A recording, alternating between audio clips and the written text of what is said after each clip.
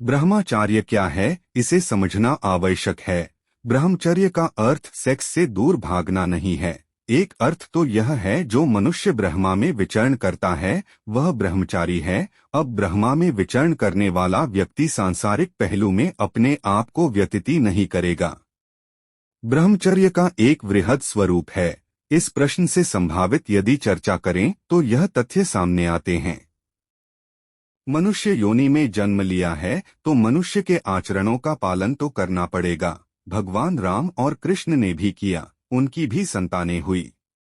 भिन्नता इसमें है कि इन्होंने अपने वीर्य का उपयोग मात्र वंश वृद्धि के लिए किया। इसका यह तात्पर्य नहीं कि इन्होंने इसके अलावा संभोग नहीं किया। संभोग को शिव और शक्ति के मिलन के उद्देश्य से किया गया, जो एक ध्यानात्मक प्रक्रिया है। इसमें वीर्य स्खलन को रोकने की विधा है जो तंत्र शास्त्र में उपलब्ध है।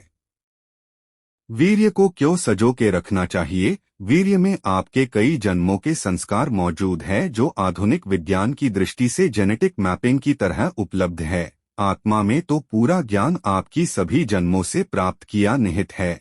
आत्मा से यह ज्ञान ओजस के रूप में एक चक्र जिसे चंद्रबिंदु कहते हैं वहां आता है, और इस चक्र से शुक्राणुओं में हमारे जीवन का लक्ष्य है आत्मा का उत्थान, अर्थात आत्मा से प्राप्त प्रत्येक वस्तु का आत्मा में प्रवेश, तभी आत्मा परमात्मा को प्राप्त होगी।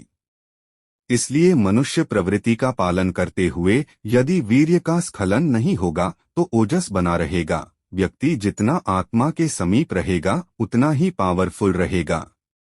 वीर्य स्खलन रोकने के लिए वज्रोली और महिलाओं के लिए सहजोली क्रिया का प्रावधान है। शास्त्रों में यह कहा गया है कि यह क्रिया गुरु द्वारा उचित शिष्य को ही बतलाई जाना चाहिए। इस क्रिया के दो स्वरूप है। एक स्वरूप में मैथुन के समय करने के लिए है, जो सिर्फ उच्च योगी को ही अभ्यास करना चाहिए, वही योगी जिसने भावनाओं पर विजय प्राप्त कर ली है। राजयोग में वज्रोली का अभ्यास निम्नलिखित तरीके से किया जाता है। सिद्धासन में स्थित हो जाएं। दोनों हाथ घुटनों पर ज्ञान मुद्रा में लंबी गहरी श्वास लेते हुए मूत्राशय को संकुचित करें जैसे आप मूत्र को रोकने के लिए करते हैं। फिर श्वास को छोड़ते हुए सामान्य स्थिति में आ जाएं। इस अभ्यास को 3 से 5 बार करें। सजगता को स्वादिष्ठान चक्र पर रखें।